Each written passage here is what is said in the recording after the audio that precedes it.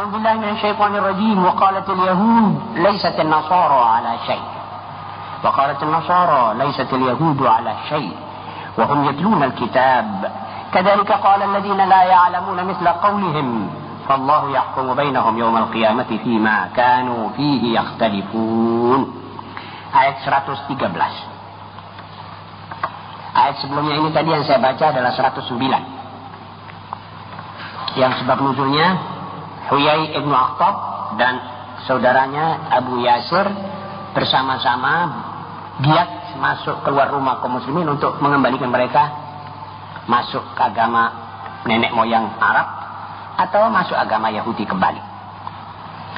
Lantas ayat berikutnya ini turun berkenaan dengan kaum Yahudi dan Nasrani, dua golongan.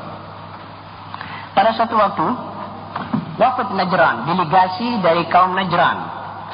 Najran ini penduduk satu kecamatan yang semuanya penduduknya Nasara. Datang di hadapan Rasulullah SAW.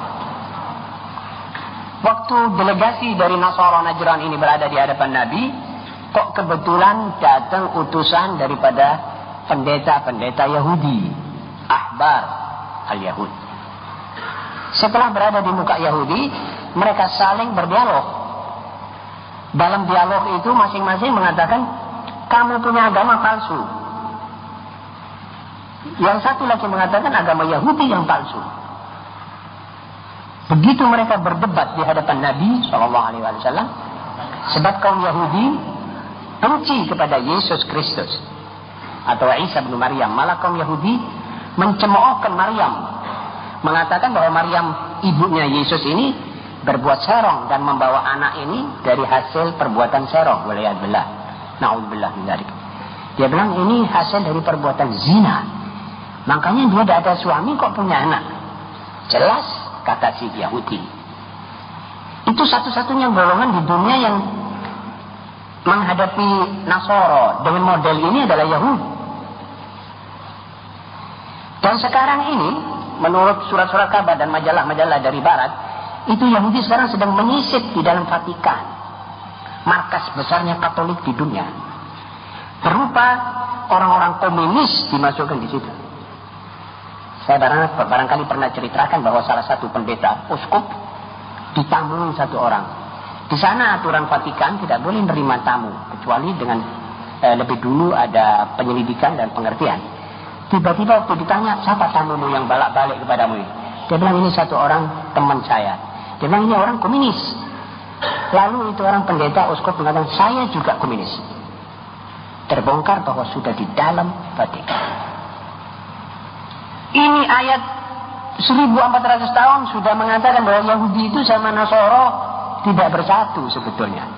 Tetapi di abad ini, waktu mereka menghadapi kaum muslimin sedunia, menghadapi negeri-negeri umat Islam seperti Indonesia, Malaysia yang kaya raya ini, dipikir sama mereka kalau kita cekcok, kita tidak bisa menang, tidak bisa menguasai daerah-daerah yang kaya raya ini, kaya minyak, kaya rotan, kaya biji-bijian, kaya segala-galanya, kaya timah, kaya uranium, kaya itu Afrika yang Islam itu negeri-negeri Afrika yang beragama Islam kaya dengan uranium, dengan kekayaan-kekayaan yang diperlukan oleh dua golongan ini.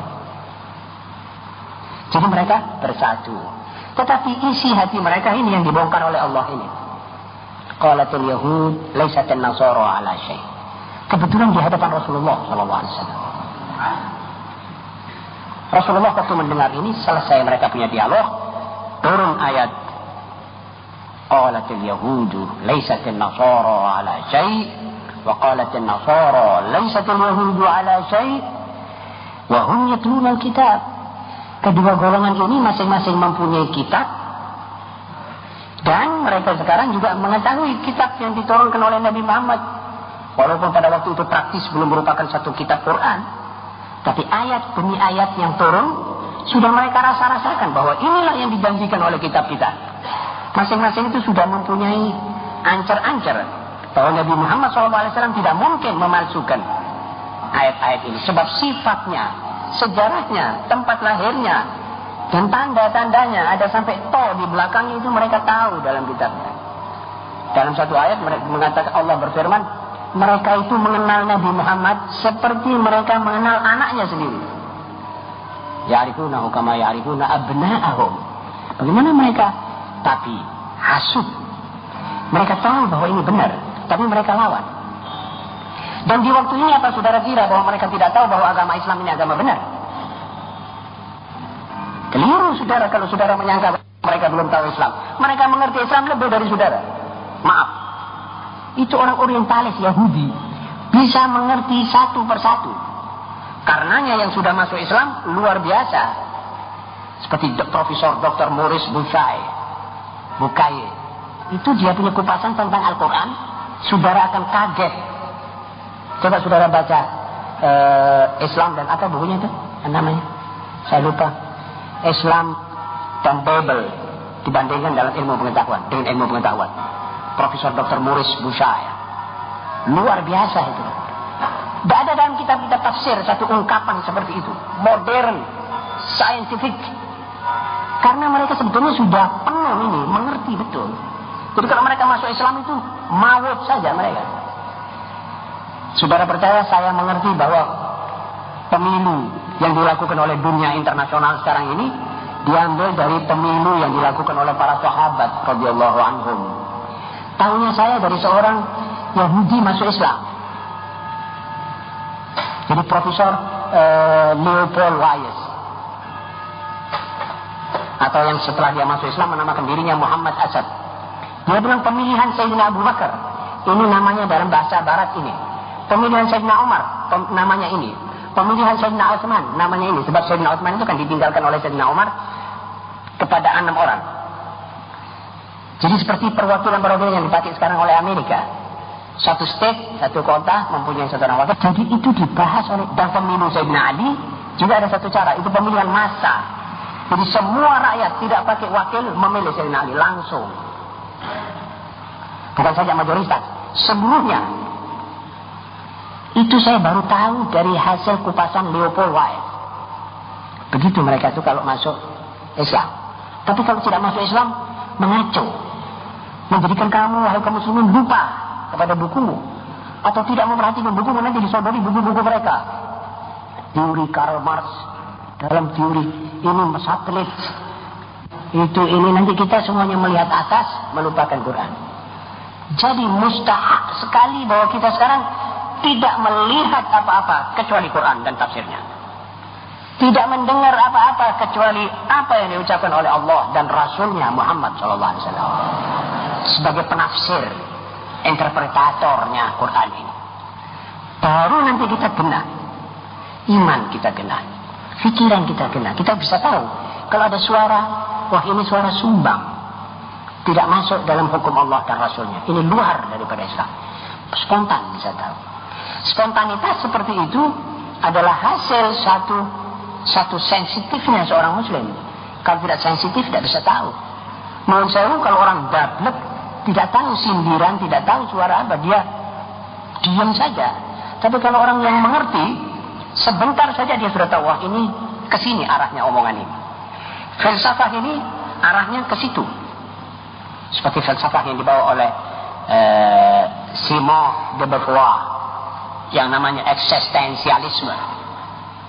Itu namanya teori al-wujudiyah. Waliyadbillah. Itu enggak ada dasarnya. Hatta Injil, hatta Taurat, hatta semua ada pikiran seperti itu. Yang ada itu adalah pikiran orang-orang mulhid, tidak beragama sama sekali. Itu hasil daripada sekularisme. Maka sekularisme sekarang disebarkan di mana-mana. Gimana kita tidak kesandung dengan al-wujudiyah tadi? Kita sekarang ini diberondong oleh sekularisme, pikiran tidak pakai agama. Ma'asyiral muslimin, sekarang kita pakai ayat waqalatil yahudu wan nasara tadi. Kata Rasulullah, kata ayat itu tadi, begitulah dasar orang yang tidak saling berpengertian. Begitulah orang-orang yang tidak mengerti, mengucapkan masing-masing semau hatinya. Tapi ketahuilah ya Muhammad, bahwa Allah nanti akan menghukum antara dua golongan yang ada di hadapanmu sekarang ini, Yahudi dan Nasrani. Dan seakan-akan ayat ini juga kepada kita, wahai kaum muslimin, Ini yang kamu lihat ini adalah suara orang-orang yang tidak mengerti apa sebenarnya isi kitab, atau tidak mau mengerti apa isi Quran. Nanti Allah akan menghukum mereka. Fallahu yahkumu bainahum yaumal qiyamah fima kanu fihi yakhtalifun. Jadi ini riwayat Ibnu Abbas dan dikeluarkan oleh Ibnu Ishaq dan Ibnu Abi Hatim.